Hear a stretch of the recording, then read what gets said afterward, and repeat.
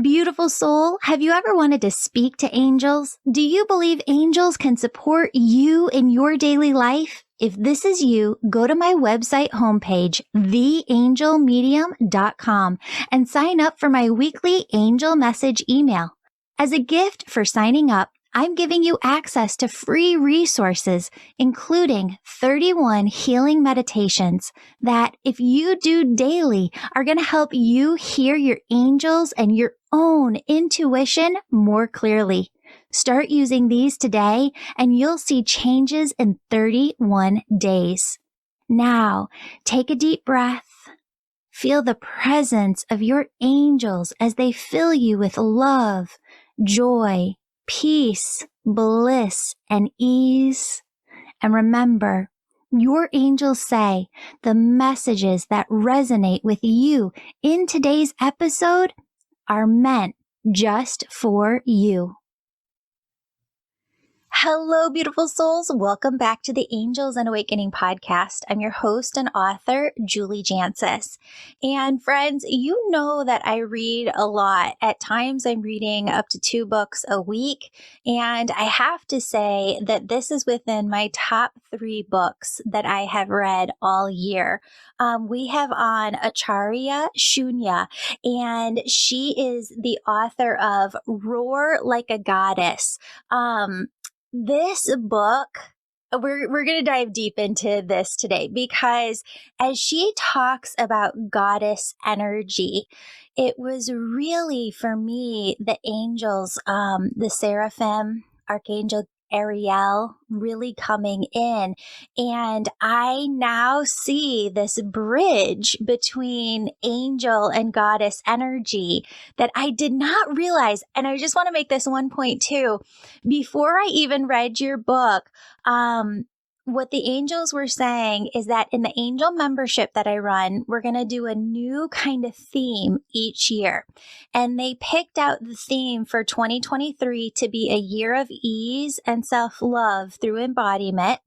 And then they said, and year 2024 is going to be the year of the goddess. It's going to be all about goddess energy. And then your book comes into my life and the angels are bringing in messages the entire time. And I'm seeing things in this completely different perspective. So Shunya, welcome to the show. I'm so excited you're here. I feel blessed to be here and I feel the angel energy and whoa, it's special. Oh. Yeah. Okay, so in order for people to kind of, that are listening to get on the same page with us, I want to read just a couple of excerpts from your prologue. You say, the authority and dominance associated with the act of roaring are not typically associated with the human female on our patriarchy-ruled planet today. Vocal expressions generally attributed to womankind usually fall into several categories. First, there is the submissive, soft, melodious, sing-song, wispy, out of breath, cute as hell, daddy's little princess voices. Next, there are the always questioning, never decisive voices, placating and overly persuasive, begging and imploring. Can you help me? I'm a damsel in distress. Then there are the nagging and whining voices. How dare women enter male territory? The shrill, strident, bossy, bitchy voices. And last but not least, there are the come hither, foxy, sexy siren voices. Of course, these voices are not the real, fundamental representation of womankind. They have emerged from the internalization of a cluster of self-lessening beliefs collectively known as the patriarchy. Whew, what an introduction. Roaring like a goddess, you say, is us coming into ourselves, us embodying the essence of the goddesses, of the angels. Talk to us a little bit about this. The goddess realm is undeniable, just like the angel realm. It is really that divine feminine, divine absolute energy. And I don't think we were ever meant to feel alone unless we want to be alone on earth. There's always the angels and the goddesses that we can call upon. And the goddesses from the Vedic Hindu tradition that I represent are known as Durga, Lakshmi, and Saraswati.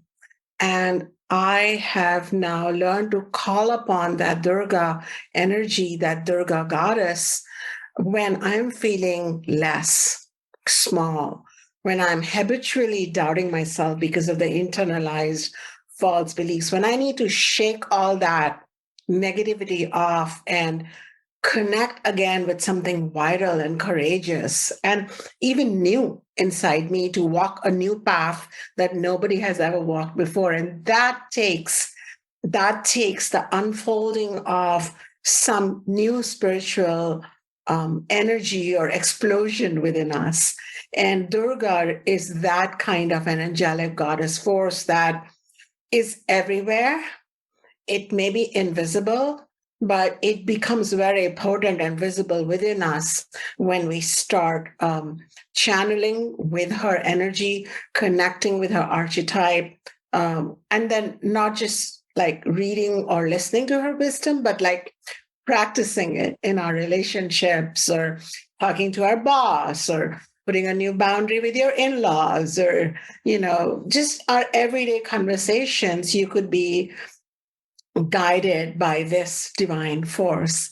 Saraswati is that angelic goddess power that represents your intuition, your wisdom, your inner mystic, and you can put on your shades in the world and do your own thing, because Saraswati is shown kind of lost in her own music, as if she's tuned out the noises of society and noises even of our traumatic inner past, which says that you can believe in your present and you definitely cannot dream of a future. No, Saraswati allows us to tune in to a deeper dimension. And finally, Lakshmi is the name of that divine energy, mystical force, power, divine feminine entity who represents to us pleasure, prosperity, not just surviving, but thriving, playfulness, sensuality, inner permissions, and yet grounded in dharma, which literally means being conscious, grounded in being awakened, not just, these are not permissions to indulge, but these, or be entitled, but permissions to truly embody our higher awakening, our higher self. And I'm excited, how do these goddesses connect with the work you are doing? Yes. So there's so many different directions that I want to go. I want to start with the reason that I loved how you beautifully wrote things, because I feel like even as you wrote the book, there's a very poetic flow to the elements of your words. And at the same time, I could just feel the energy, like your energy flowing through each word. What I love so much about this mentality and just bringing in the goddesses is that it made room and space for all of me. Whereas there's so many parts in my life, even going back to a child, my mom would do this thing where, I'd be in a store and I'd look at things and I'd want to touch things and feel them. And she'd be like, Julie, you're always touching everything. And there was a lot of diminishment of me as a child. Like I was too much and I needed to tone it down a lot. And you talk about this next part too in your book. You kind of step into this role as a woman, as a wife, as a mother, as a homeowner, and almost are looking to kind of take orders in a way. And we kind of step into this other part and we ebb and flow through life in so many different roles and doing so many different things. And we're always looking to put a label on it. I am this, or there is no label. we're all of it at once. And the goddesses, the angels allow us to be all of it at once. Oh, you've put it so well, Julie. Thank you. And I think I was a child like you, and I've grown into a woman who's too much.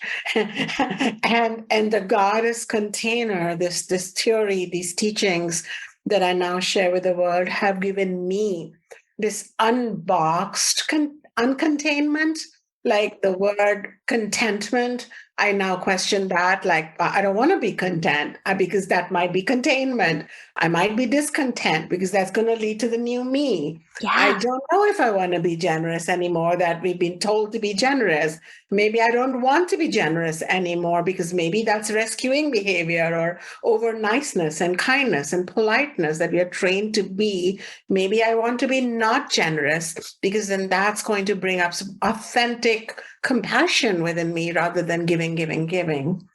And so these goddesses allowed me to be more and in a non-scripted kind of way.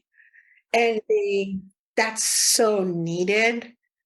And I think when we connect with a more invisible, energetic dimension, like the goddesses, like the angels, like the deities, which exist, because this universe is very less known and the unknown is the bigger power that holds all of this, we ourselves can morph from just being this physical being with a conditioned mind with a specific set of roles that hold us in to being this unboxed awareness, this unboxed magical entity.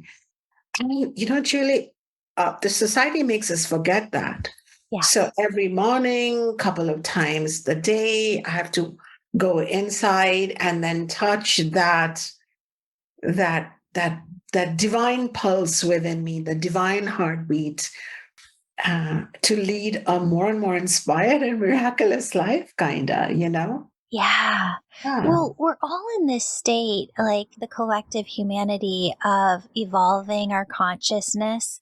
And I think we're all still trying to identify what that means. And this book so clearly, to your point before, if you're going to be living by your intuition every day, if you're going to just allow the divine to flow through you, you can't label any of it. There's no label for it. You're just in the moment. You're in the now. And that is the essence of living in the present. That is the essence indeed. And for our day-to-day question marks, like, should I be leading this script of a woman the way it's been told by my culture and its universal patriarchy and expectations of women, whether you're from a traditional culture or a contemporary culture, they're always bearing down upon us. And not just women, but all feminine, gender identified beings and people of fluid or mixed gender. We're just like morphed into like this corner to behave in a certain way. Otherwise, we are labeled as dangerous, unwanted, or just like wrong, period. There's Yeah. something wrong with us. To turn in with this intuition and then to find grace in that intuition, wisdom in that intuition, and even mythology and archetypes in that intuition that I've shared allow us to have some vivid new options. So, for example, Durga faced some sexual objectification, like in timelessness in mythology, and her response was not silence or compliance. And instead, she roared. And she said, "Yep, I'm beautiful. Yep, I'm sexy, but I've not been born to pleasure you. I've Yes. been born to destroy your ignorance." So, it gives me power thinking of these bold goddesses. Yeah. Well, what's really fascinating is I've had this conversation with so many different girlfriends of mine, and the story that you just told really, this came up for me when I was reading the book. other women and I have both kind of openly shared, sometimes we feel like we've put on some weight subconsciously to not be objectified, or in some cases to not cheat. And I think it's very, very powerful the way that you talk about things within the book, because instead of finding ways to overcompensate within ourselves through food or different addictions or different outlets to lessen ourselves, it's not about lessening ourselves anymore whatsoever. It's about fully stepping into our power. How do we do that? That's a great insight and a great question, leads into a great question. And I want to talk about Goddess Lakshmi right now.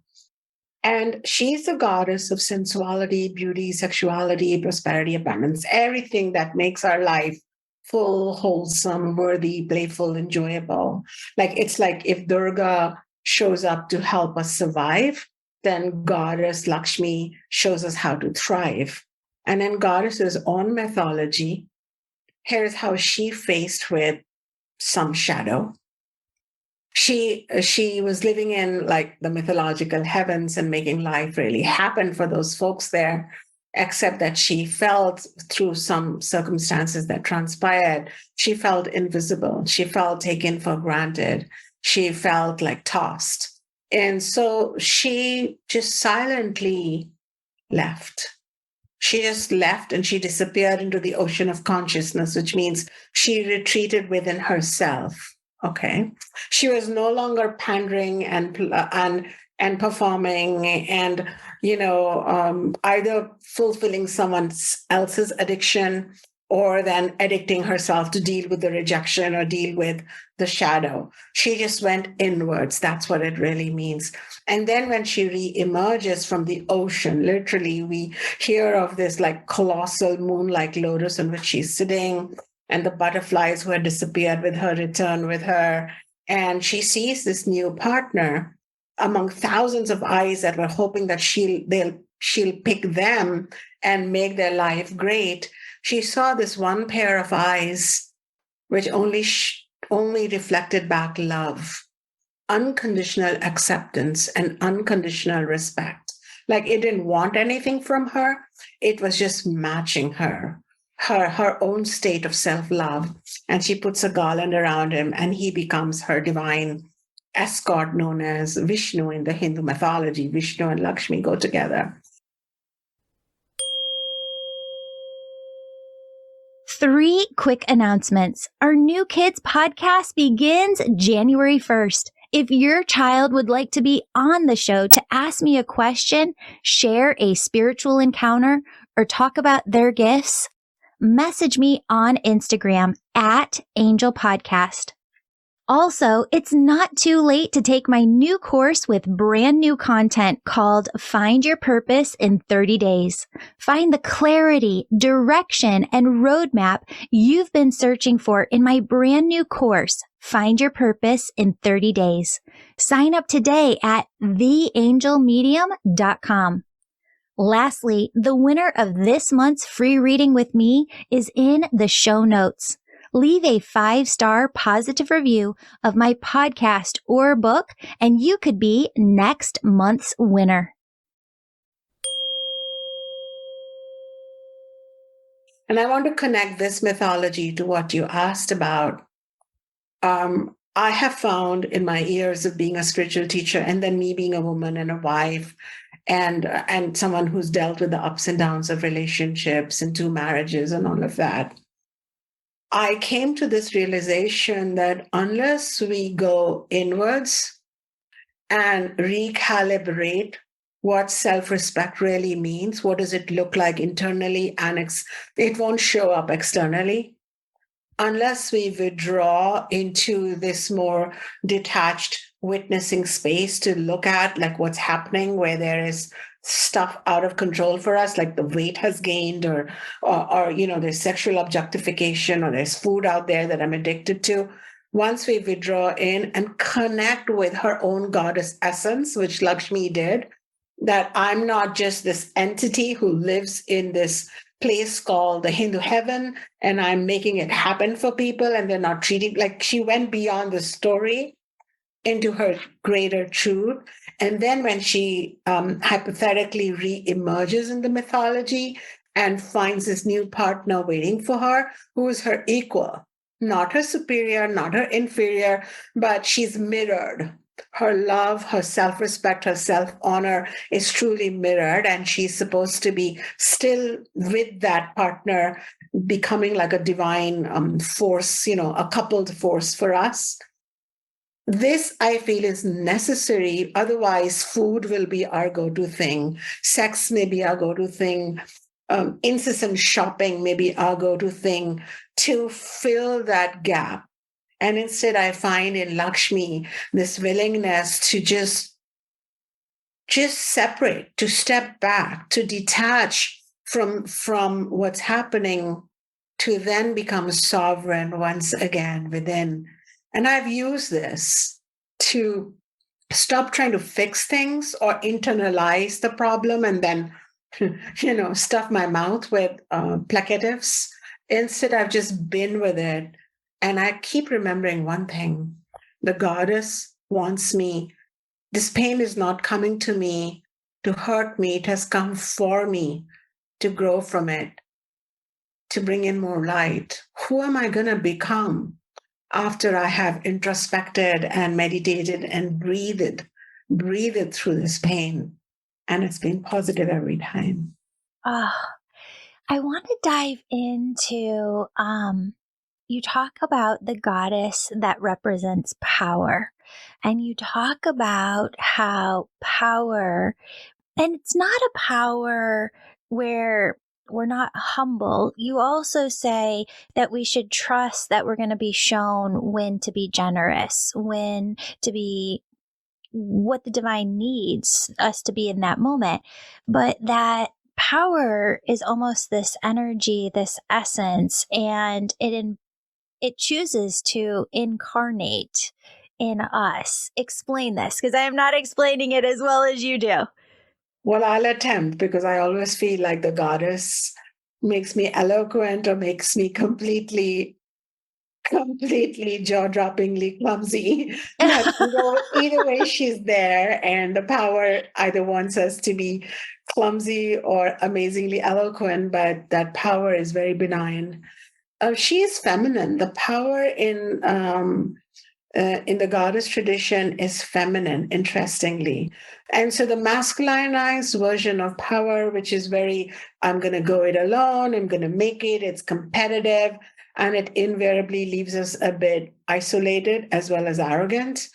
On the contrary, the power that is feminine and divine is coalition building, it is harmonious, but at the same time, it is unapologetic. It's power unto itself, and this power can flow towards not just succeeding, but even being okay with not succeeding.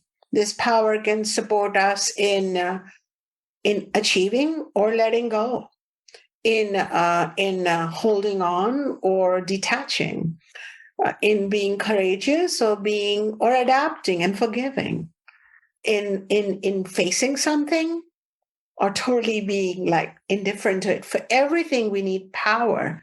And so this power is not just this go, go, go. You must achieve, you must win every battle of life, you must make it in some version of the ego making it. And I've used in my own life this power about, hey, Shunya, what if you're just living by yourself in the Himalayas, in the Mount Everest, in a tiny cottage by yourself, and you and your dogs, of course.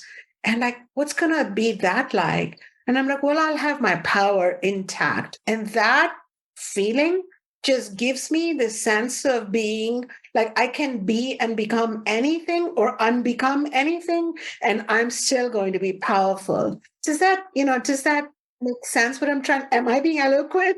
Of course. I'm wondering too, why Why does the power want to come and incarnate in us?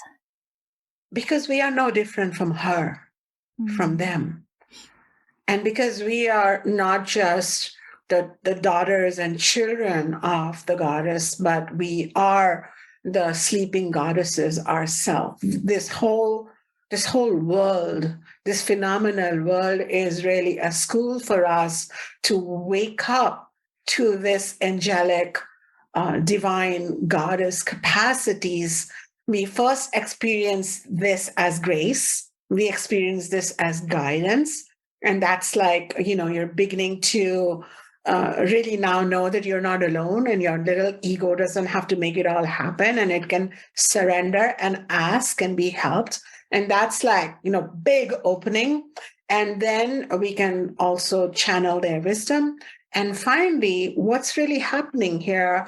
What's really happening is that angelic goddess deity is stirring within us. And so she is compared to our own higher self. So there is like this progressive intimacy with this divine feminine, power, the Shakti, this energy. And we approach it kind of academically, then more emotionally, spiritually, and then boom, gosh, I'm more powerful than I imagined.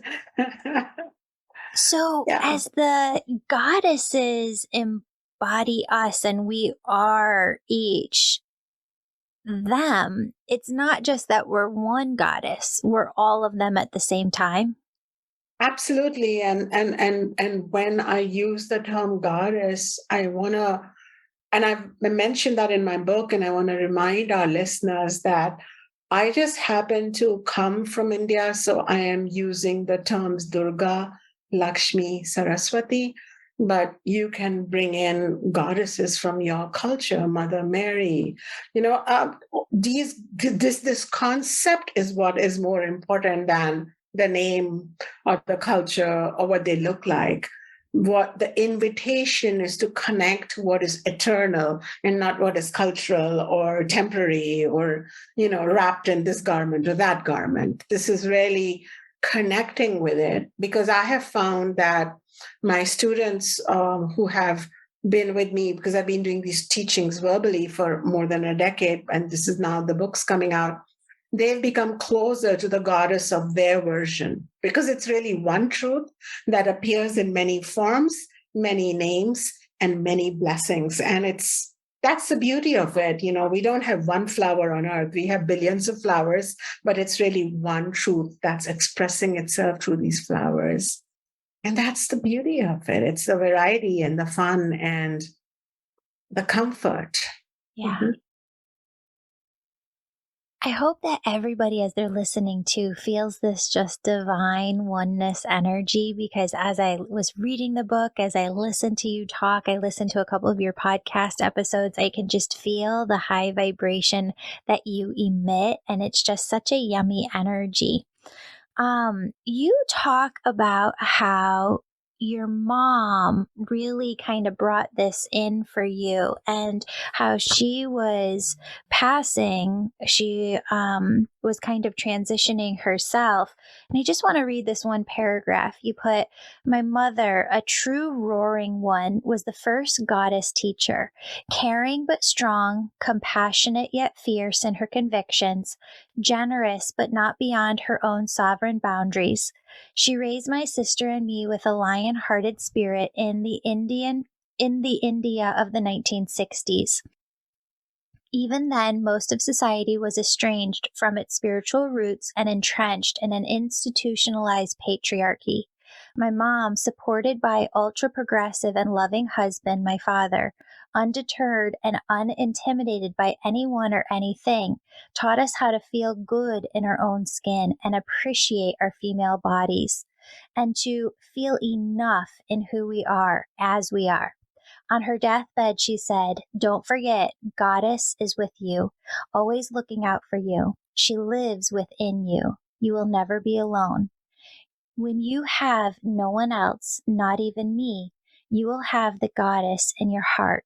Just call out to her.'" This part just made me cry.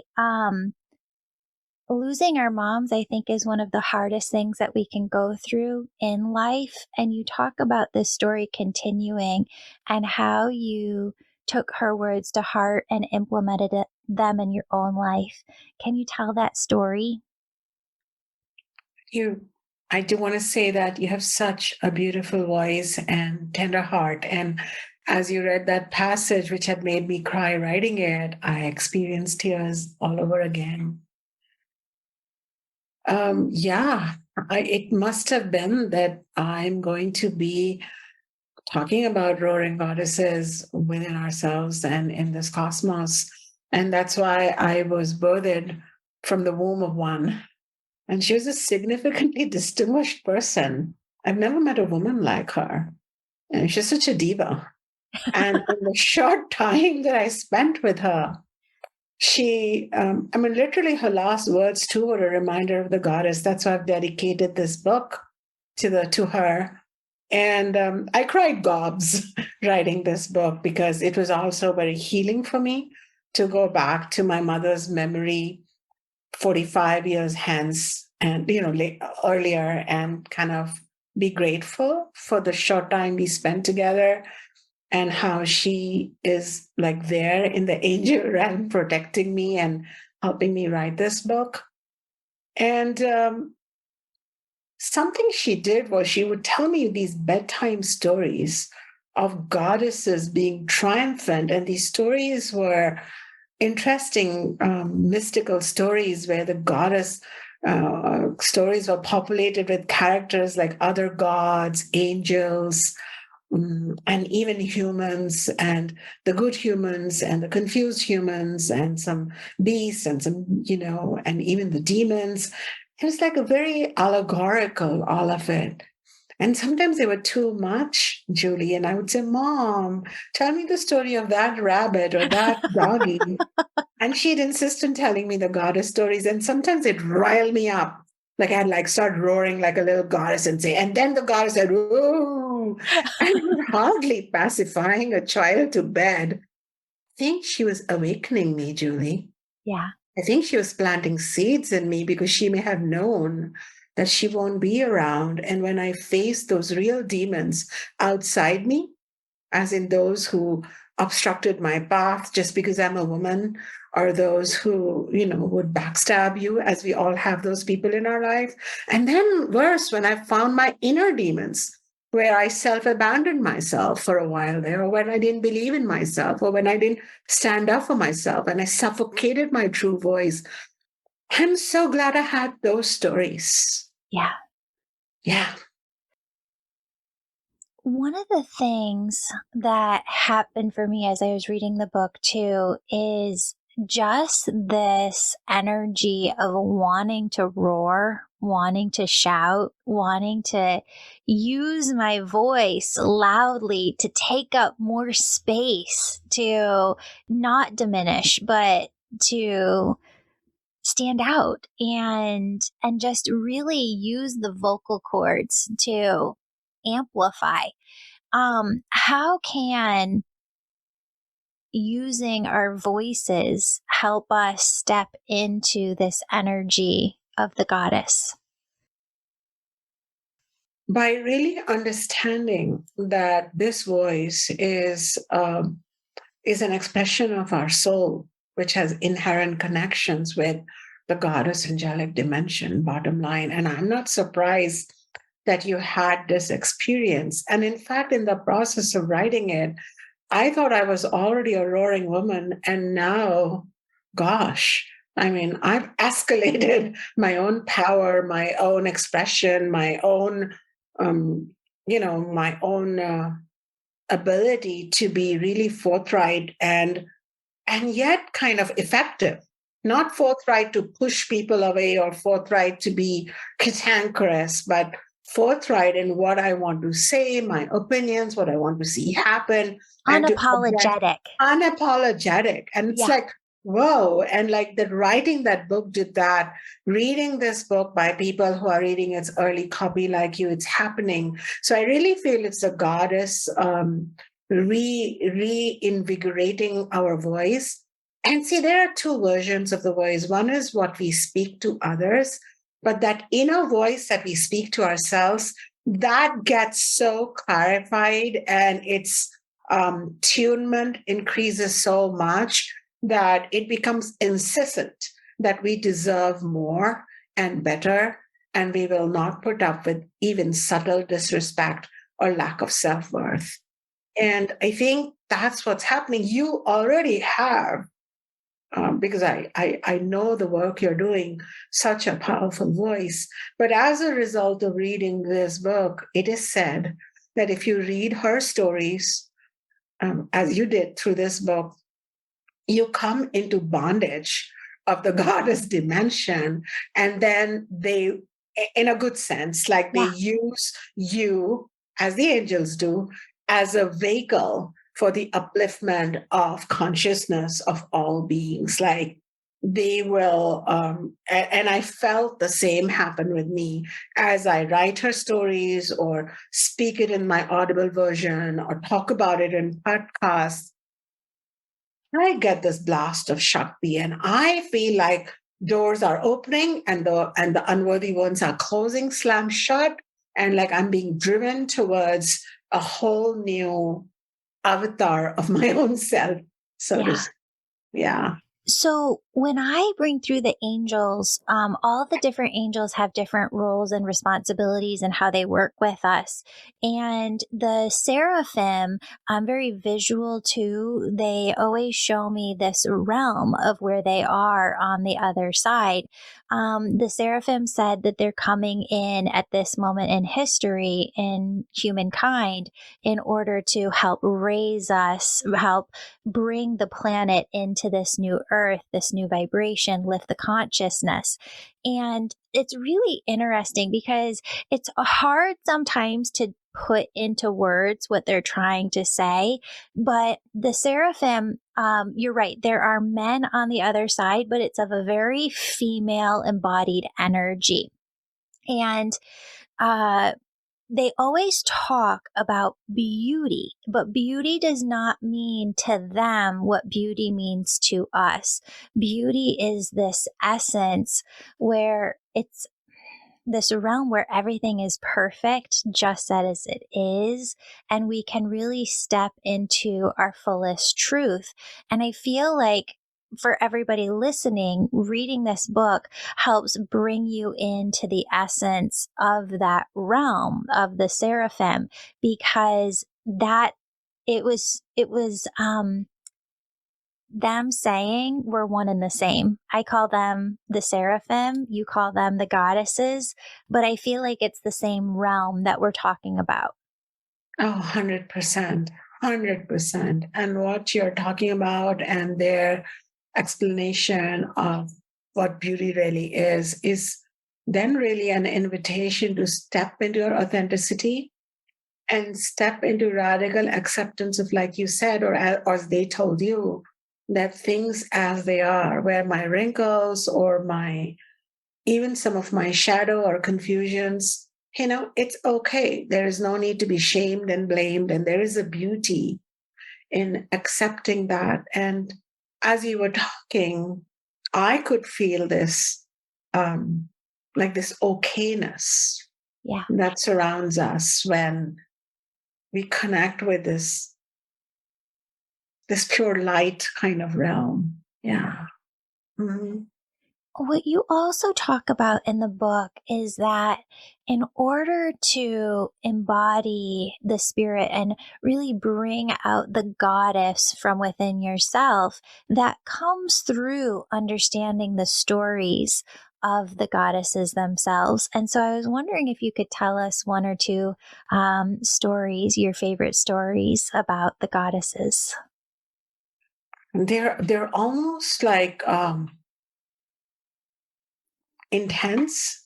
Yeah. They're not beautiful or ornamented as you read.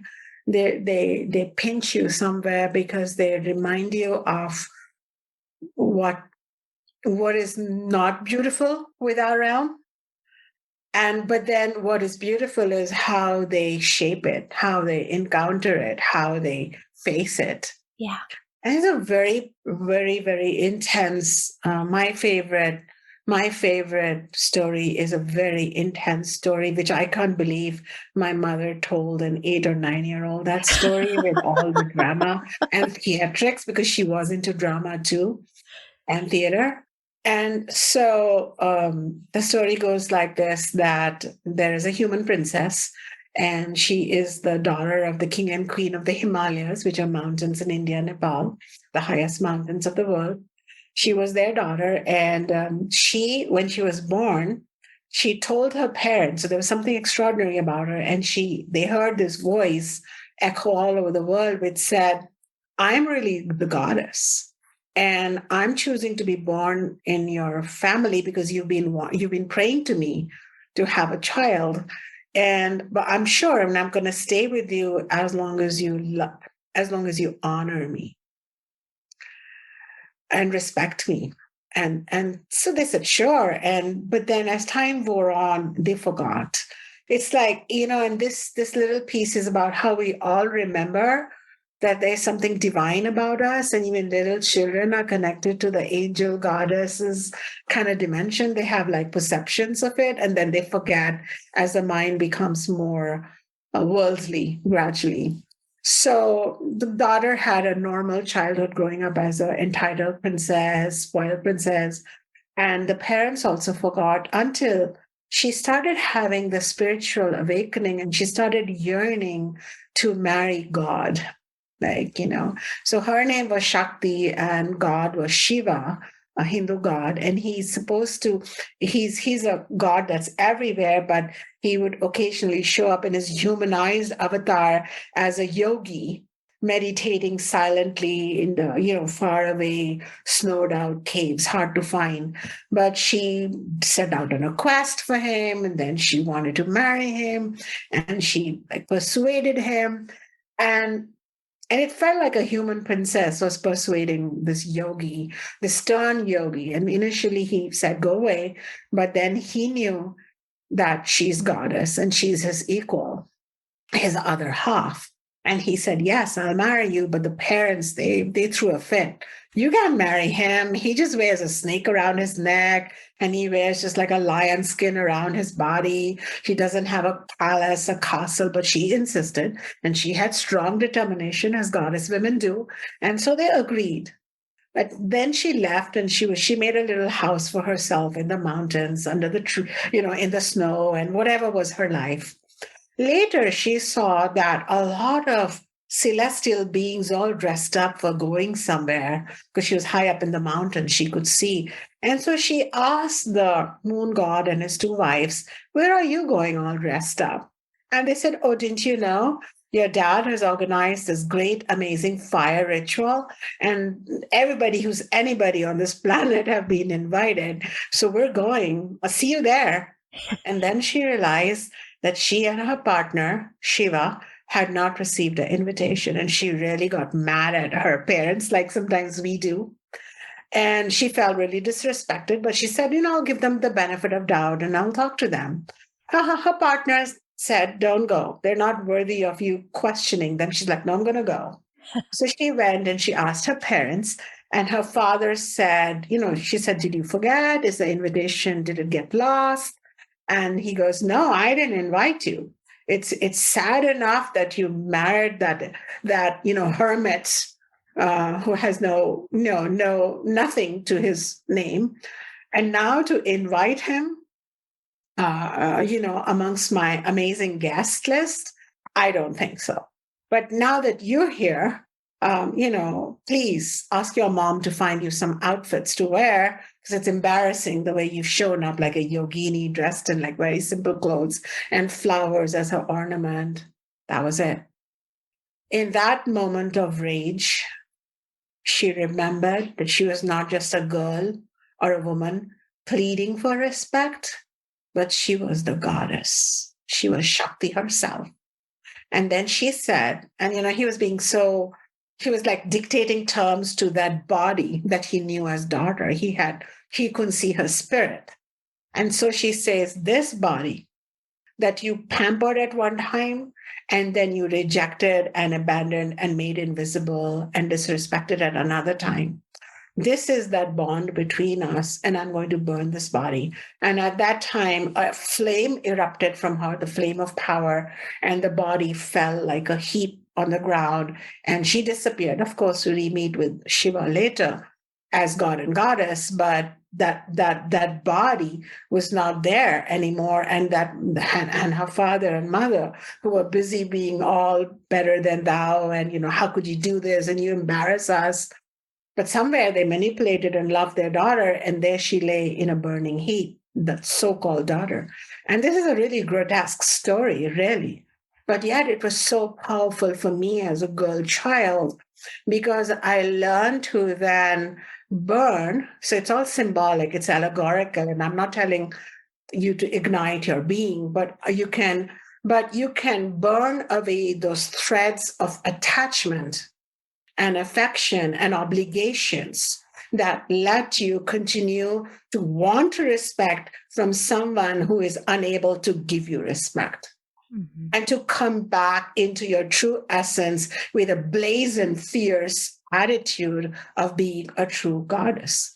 And believe it or not, I have literally burnt to ashes expectations and agreements and obligations that once held me to something and then became the very portal for disrespect at some level. And this story allows me to then walk light, walk clear, and walk truly in my goddess independence, really holding my self-respect and self-honor as a very divine value within me, not an afterthought.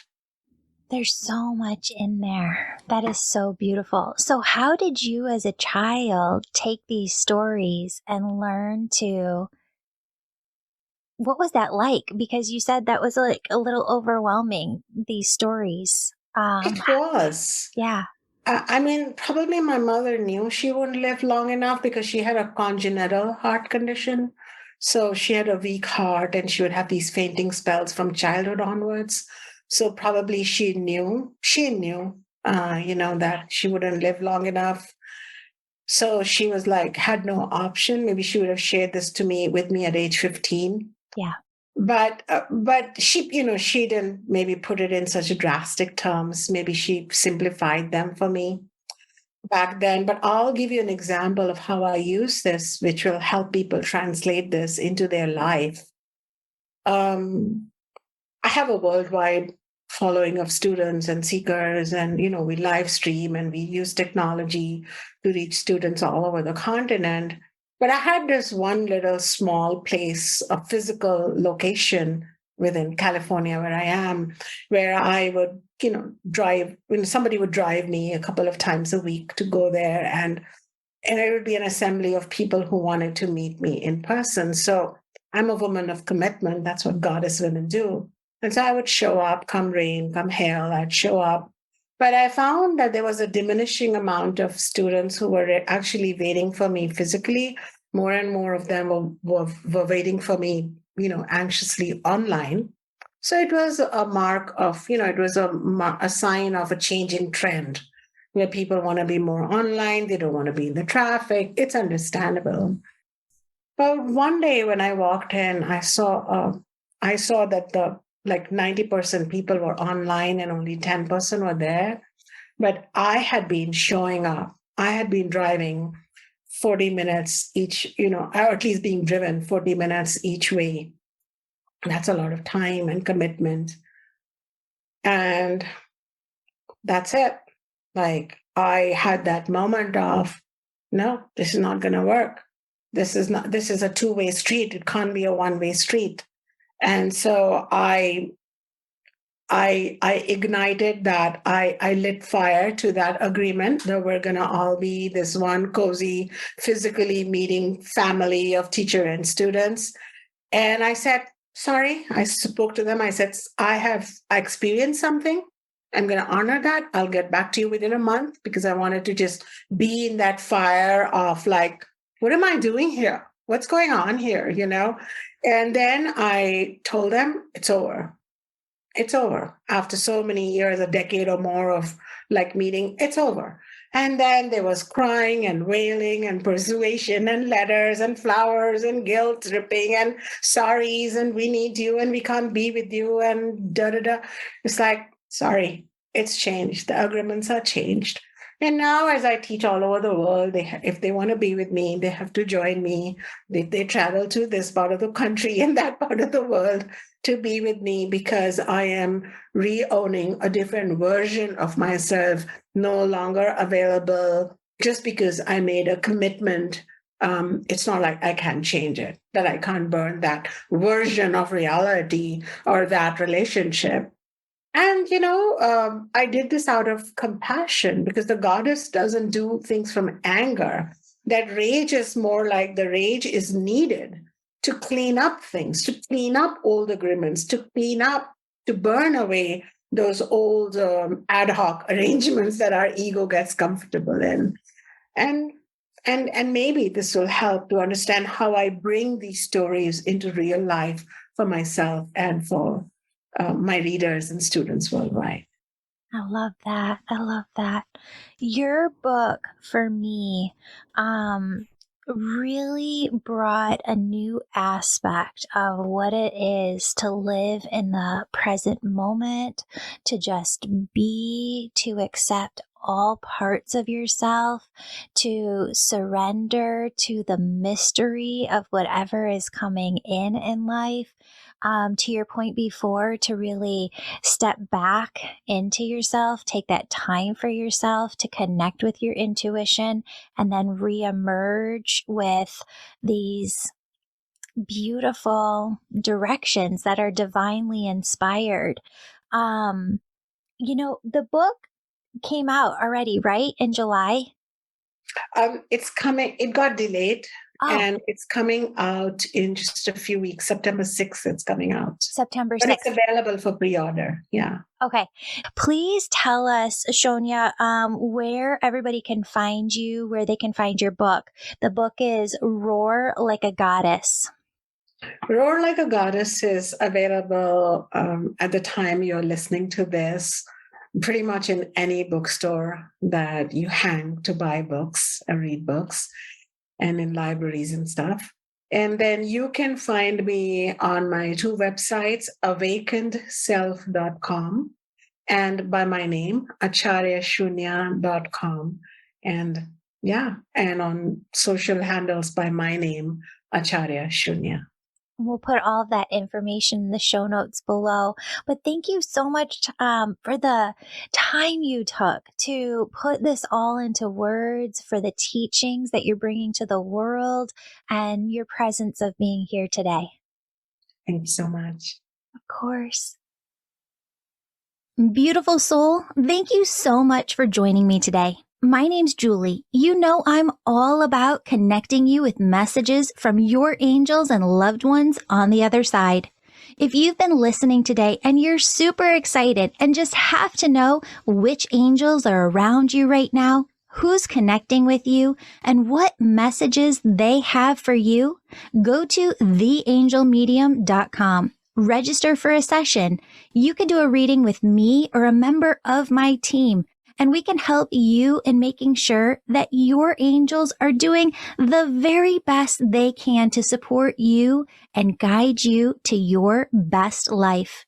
If this sounds like you, virtual sessions, they're only offered on my website. Sign up today. And if you're the person who's really excited, you can sign up for my Angel Reiki School to become a certified angel messenger. That's for the healers among us who feel called to grow their intuition to the max and serve humanity with their gifts. You'll learn Reiki, mediumship, how to deliver angel messages, and how to get clients. That's the Angel Reiki School at theangelmedium.com, or DM me on Instagram at Angel Podcast with any questions. Before you go, connect with your angels by placing your hands on your heart. Take a deep breath. Imagine a doorway filled with God's unconditional love is right in front of you. Step into that love and feel it as it fills your body, chakras, and auric field. Now ask your angels, what would you have me know today? And open yourself to the positive, loving messages they have just for you.